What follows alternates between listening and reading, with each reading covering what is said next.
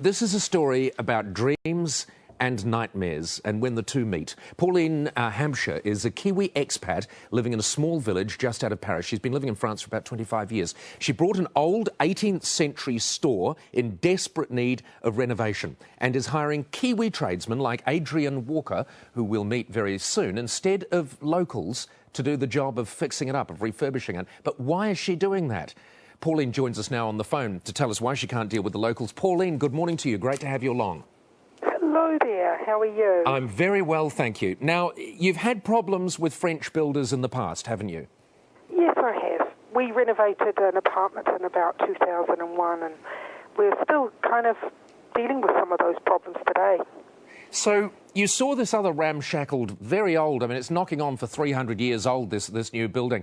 All of us are mesmerised by television programs about people that go to other countries and buy old houses that turn into nightmares. You're still living through a nightmare, and yet you're going to do it again. Why?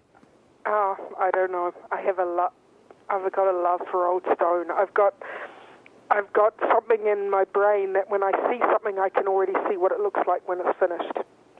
And my dad was a builder, and I can taste the events of my life.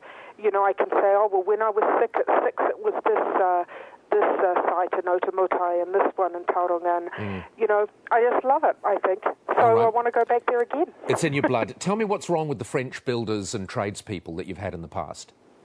I think in general, what we find is the good ones are overcommitted. What I mean by that is we have to wait so long for them to become available. And the ones that are, available and willing to work, there's a certain unreliability. I think specifically, it's more unreliable, needing to chase them to be on the job, and then some quality issues out the other side. All right. Is there a bit of arrogance as well? I've always found the French to be a little bit arrogant, if you don't mind me saying. I think, there's really all sorts, and in fact, I think the building industry here is very much populated by people from all origins now. We have the Polish and the Portuguese and the North Africans, and I think it's very much a blended culture here now. So there's really all sorts. All right. Well, it was you advertised. You said you wanted some builders from New Zealand. You wanted to look for tradespeople. You have been inundated with people wanting to come over and work for you. Yep, that's right. So the website is the builderscrack.co.nz.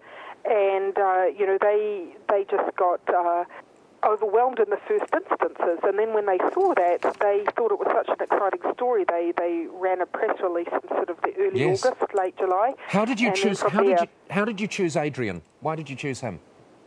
So, I think we're at a point where we'd have to say, and you'll learn that from him when you talk to him, that possibly the final stage of our decision is not, we haven't really talked about, I think the most important thing is sometimes the financials, right? Yes. But, I think Adrian was, I asked a lot of the same questions to the same people, and the same questions, what's your motivation, what can you do?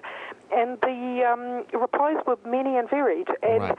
I just remember the email that says, I'm not scared by learning, and I love that new techniques are only a .com away. And that was, in his first email, and I think that it was just a shared mindset, because that's very much what I do. All right, Pauline, well, we wish you all the very best. We're going to meet your new builder now, Adrian Walker, who joins us from the Wellington studio. Adrian, good morning. Good morning. Good morning, Paul. This looks like a big job, Adrian. You will never have worked on a building as old as this because there isn't one in existence in New Zealand. Are you worried? I do have concerns. It's going to be, it's one of those jobs that's going to open up into a rather large, it's just going to get bigger and bigger, I'm sure. But, New Zealand builders, I think we're pretty world renowned as being able to cope with a vast array of difficulties, I guess. So I'm concerned, but, I'm not scared or worried by it. I think, day by day we'll get through it and produce something amazing. Do you think, though, that you have the skills? And the reason I say that is that, like many New Zealanders, and probably like you, I've watched the TV programs about people's nightmares, about people buying these. Basically, they're rendered down to a pile of bricks at the end of the day, and they have to get archaeologists to restore them. Are you worried that you may not have sufficient skills? Well, I am, I am concerned. It is going to be a challenging project for sure. And, there's always, that could always happen. We could be reduced to, a pile of bricks. But I think the integrity of the place is sound, and we'll just be bringing the beautiful aspects of this beautiful old villa out, really.